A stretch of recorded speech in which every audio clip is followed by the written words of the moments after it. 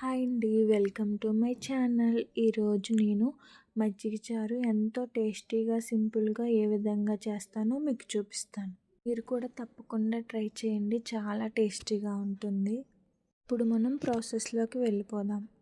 మనం ముందుగా పెరుగుని తీసుకోవాలండి. ఇందులో కొంచెం వాటర్ని యాడ్ చేసుకొని చిక్కని మజ్జిగలా చేసుకోవాలి. ఇందులోనే మనం సాల్ట్, పసుపును కూడా యాడ్ చేసుకొని మిక్స్ చేసుకోవాలి.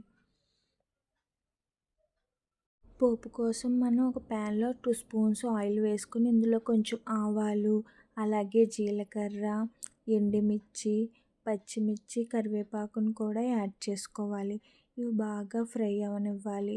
ఇవి బాగా ఫ్రై అయ్యాక ఇందులో ముందుగా మనం కట్ చేసి పెట్టుకున్న ఆనియన్ ముక్కలు వేసుకోవాలి. ఇవి కొంచెం మీడియం సైజులో కట్ చేసుకోవాలండి. ఈ విధంగా ఆనియన్స్ బాగా మగ్గనివ్వకూడదండి. కొంచెం పచ్చి పచ్చిగా ఉండాలి. ఇందులోనే కొంచెం పసుపు, సాల్ట్ని కూడా యాడ్ చేసుకోవాలి. ఇప్పుడు మనం స్టవ్ ఆఫ్ చేసి పక్కన పెట్టుకున్న మజ్జిగని ఇందులో యాడ్ చేసుకోవాలి. అంతేనండి, ఎంతో టేస్టీగా ఉండే సింపుల్గా అయ్యే మజ్జిగ చారు అయితే రెడీ అయిపోయిందండి. మీరు కూడా తప్పకుండా ట్రై చేయండి. నేను చేసిన విధానం మీకు నచ్చినట్లయితే లైక్ చేయండి. Thank you for watching.